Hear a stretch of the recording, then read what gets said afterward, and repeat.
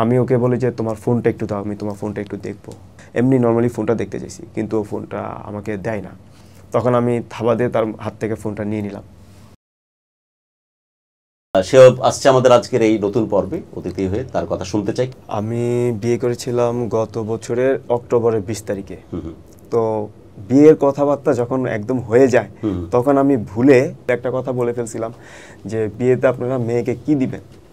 তো এই কথাটা আমার ওয়াইফের বড় বোন, যে উনি খুব হার্ড ভাবে নিছে এই কথাটা সামান্য, কিন্তু সেটাই সবচেয়ে সিগনিফিকেন্ট। সহজ বাংলায় যৌতুক চাওয়া বলে এটা। হ্যাঁ, অ্যাকচুয়ালি উনি আমাকে এটাই মিন করছিল। আমি এই সেন্স থেকে বলছিলাম যে আমি তো ছোটখাটো করে বিয়ে করব, তো মেয়েরা যদি মেয়েরকে একটা কিছু দেয় সেটার সাথে সমন্বয় করে আমি বাকিটা দিয়ে পরিপূর্ণ করে দিলাম। গহনার ক্ষেত্রে চিন্তা করে এই মানে যাই দেয়। তো এক পর্যায়ে ওনাকে অনেকভাবে কনভিন্স করতে করতে ওনার বাবা আসেন আমাদের বাসায়, এসে সব কিছু দেখে যান। বিয়েটা হচ্ছে যে আমাদের পারিবারিকভাবে হয়। বিয়ের পরে আসলে খুবই খুবই খুবই ভালো ছিলাম।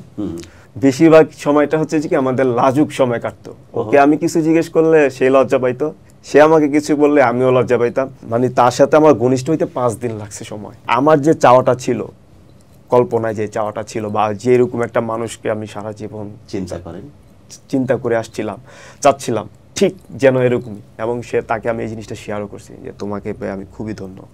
আমি তাকে প্রায় সময় এই কথাগুলো বলতাম। 3 মাস 3.5 মাসের মতো এরকম গেল। হঠাৎ একদিন রমজানের মধ্যে আমি অফিসে ছিলাম আর কি, সে আমাকে কল দেয় যে একটু বাসায় আসেন তাড়াতাড়ি, আম্মা অসুস্থ, একটু বাড়িতে যাওয়া লাগবে। তো ওই দিন আবার দুপুরবেলায় আমার ওয়াইফের বড় বোন আমাকে মেসেজ দিয়েছিল যে আমার বোন অসুস্থ, আপনি কি দেখেন না। উনি আমাকে একরকম শাসালো যে ওনার বোন অসুস্থ কি ওই জ্বর ছিল। তো সব কিছু মিলে আমি ইফতারের আগ মুহূর্তে আমি আসছি বাসায়। আসার পরে বিষয়টা নিয়ে কথা বলার, এরকম আম্মা অসুস্থ, আম্মা নাক দিয়ে ব্লিডিং হচ্ছে, বাড়িতে যাওয়া লাগবে, আম্মুকে দেখতে যেতে, আম্মু আমাকে দেখতে চাইছে। তো ইন দ্য টাইম আমি ওকে বলি যে তোমার ফোনটা একটু দাও, আমি তোমার ফোনটা একটু দেখবো। এমনি নর্মালি ফোনটা দেখতে চাইছি, কিন্তু ও ফোনটা আমাকে দেয় না। তখন আমি থাবা দিয়ে তার হাত থেকে ফোনটা নিয়ে নিলাম। তো সে আমাকে ধাক্কা দিতেছে ফোনটা থাবা দেওয়ার জন্য, আর আমি তাকে ধাক্কা দিতেছি যেন ফোনটা না নিতে পারে। তো এক পর্যায়ে এমনি ঝরা ধরা ওয়াশরুমে ঢুকে দরজা লাগাই দিছিলাম। তাড়াতাড়ি করে ফোনটা লুকা ফেলে আইসা দরজা খুলে দিছি। তো সে বাথরুম থেকে বাইরে কান্নাকাটি, আমার সাথে রাগারাগি, হ্যাঁ, হাত জারাজারি আমার সাথে। আলমারি থেকে জামা কাপড় বাড়ি করতেছে, সে চলে যাবে, এখনই বের হয়ে যাবে, এখনই চলে যাবে। তখন আমি রাগে বসে তাকে থাপড় দিয়ে দিই আর কি। তো এই জিনিসটা আমার কাছেও খুবই খারাপ লাগে। জরা ধরে বইসা বোঝানোর চেষ্টা করছি, প্লিজ প্লিজ প্লিজ আল্লাহর রাস্তায় এখন তুমি এরকম আর রাগ হয় না। আমার মেজ গরম হইলেও দেখা গেছে আমি আরও রাগ হয়ে যাবো, তখন জিনিসটা আরও খারাপ হবে। তারপরে সে যেহেতু সেদিন একটু অসুস্থ ছিল, তার শরীরে জ্বর, তা আমি তো করলাম কি তাড়াতাড়ি করে টয়লা দিয়ে শরীর টরিল মুছে টুছে দিয়ে মাথায় তেল পানি দিয়ে তাকে শোয়া দিলাম বিছানায়। ইন দ্য টাইম ওই যে আমরা ঝগড়া করতেছিলাম, ওই সময়টা আপু আমাদেরকে ফোন দিতেছিল, ওর বড় বোন। আর আমি ফোন ধরতেছি না যে এখন তো আমরা ঝগড়া করতেছি, মারামারি করতেছি, ঝগড়া করতেছি, মানে একটা উচ্ছৃঙ্খল অবস্থায়। এই সময় ফোন ধরলে দেখা গেল যে উনি যদি এই কনভারসেশন শুনে ফেলে বা তখন আমি আর কি বিষয়টাকে স্কিপ করার জন্য, ওনার থেকে স্কিপ করার জন্য ফোনটা আমি ধরি নাই। আম্মারে ফোন দিতেছে, আম্মা আবার বলছে যে ও তো এখন যাইতে পারবে না, ওর অফিস বন্ধ, ছুটি নাই, বেশি দরকার হলে তোমরা আসো। আমাদের বাসায় আসে পরের দিন, ভাইয়া আপু দুজনে আসছিল, ওনার বেবি সহ। তো নাস্তা পানি খানি ওনার খুবই রাগান্বিত। তো উনি এক পর্যায়ে আমার ওয়াইফকে বলে যে রেডি হইতে চলে যাবে। আমার ওয়াইফ রেডি হয়ে গেছে। তো আমি আমার ওয়াইফকে বললাম যে তুমি 1 মিনিটের মধ্যে কীভাবে রেডি হয়ে গেলা। এই কথাটা বলার সাথে সাথে আমার ওয়াইফের বড় বোন আমার উপরে খুবই আক্রমণ হয়ে গেল, রেগে গেল আর কি উনি, যে আপনি আমার সামনে আমার বোনকে ঝাড়ি মারতেছেন, এত বড় সাহস, আর আপনি ওর গায়ে হাত দিচ্ছেন, এত বড় সাহস, এখন হাত দেন, এরকম। তো উনি খুবই একটা এগ্রেসিভ হয়ে গেল আর কি। আমার আব্বা আম্মাও আসে ওই পাশের রুম থেকে, আইসা ওনাদেরকে বুঝায়, পরে সবাই শান্ত হয়, ঠান্ডা হয়। নিয়ে কি গেল ফাইনালি? হ্যাঁ, তো যাওয়ার সময় আপু বলছিল যে আমরা 3 দিন পরে আইসা আবার আমরা এসে ওকে দিয়ে যাবো। কতদিন আগে মেয়েকে নিয়ে গেছে তারা? টোটাল 2 মাস আগে আর কি। পরবর্তীতে আমাকে যাওয়ার জন্য বলছিল যে তুমি আইসা নিয়ে যাও। তো আমার অফিসে এতটাই ব্যস্ততা ছিল, আমি ছুটি চাইছিলাম ম্যানেজারের কাছে, তুমি ছুটিটা দেয়নি আমাকে। তখন আমাকে আমার ওয়াইফ একটা কথা বলছিল যে আপনি তাহলে এক কাজ করেন, ঈদের আগে একবার এসে আমাকে নিয়ে যান, বা ঈদের পরে আপনি ব্যস্ততা শেষ হলে, ঈদের আগে তো একটা ছুটি দেই, তখন এসে নিয়ে যান।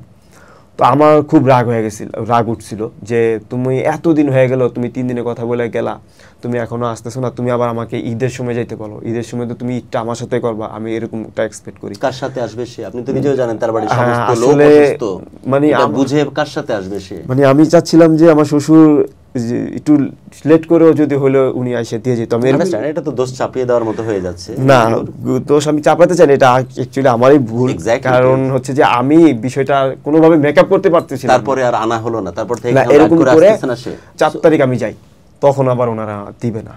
কেন দিবে না? যে তোমাকে তখন আসতে বলছিলাম, তুমি আসো নাই, এতদিন লেট করছো। তো সাথে সাথে আর বেশি কথা বাড়াই নাই, আমি আমার শ্বশুরকে পাশের রুমে একা সিঙ্গেল ডেকে নিয়ে ওনার পা পর্যন্ত ধরে ফেলছি। আমি বাবা ভুল হয়ে গেছে আমার, বুঝতে পারি নাই, আপনার আর কিছু বলতে হবে না, আমি আপনার কাছে আন্তরিকভাবে দুঃখিত। কি বললো উনি? তারপর ওনার কাছে আমি মাপ টাপ চেয়ে আমার ওয়াইফের কাছেও মাপ চেয়েছি যে দেখো আমার ভুল হয়ে গেছে, আমি ব্যস্ততার কারণে বা বিষয়গুলো আমি ওরকমভাবে বুঝি নাই, কি তোমরা বললো? যেভাবে নিছো এইভাবে নিতে পারিনি। কি বললো?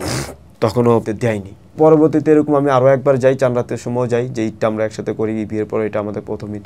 তো ওনারা তখন আমাকে বলছিল যে তোমার বাবা মাকে নিয়ে আসো, তোমার বাবা মা এসে আমাদের সাথে কথাবার্তা বলে আমাদের সাথে সিগনেচার করে একটা স্টাম্প করে তারপর আমাদের মেয়ে নিয়ে যাবে, কারণ তুমি আমাদের কোনো কথা শুনো না। ডিভোর্সের দিকে চলে গেছে নাকি প্রসেস? কোনো নোটিশ টোটিশ পাঠাইছে নাকি ডিভোর্সের? ওনারা পাঠাইছে কিন্তু আমি রিসিভ করিনি, 1 মাস হয়ে গেল। এত সামান্য জিনিস কই চলে গেল? আসলে ব্যাপারটা পুরো যদি বলতে যাই যে বেশিরভাগই এই ব্যাপারটার মধ্যে আমার অবহেলাটাই বেশি ছিল। আমার ওই দুইটা পাশটা প্রশ্ন আছে, দুইটা প্রশ্ন। ফার্স্ট প্রশ্নটা হচ্ছে এটা, আপনার শাশুড়ি নাক দিয়ে রক্ত পড়তেছে, মানে যে কোনো সময় একটা দুর্ঘটনা জি ঘটতে জি পারে, জি জি। সেটা বাদ দিয়ে আপনি ফোনে কি আছে সেটা দেখানে ব্যস্ত হলেন, 1 ঘন্টাতে ওই ধরনের যুদ্ধ করলেন।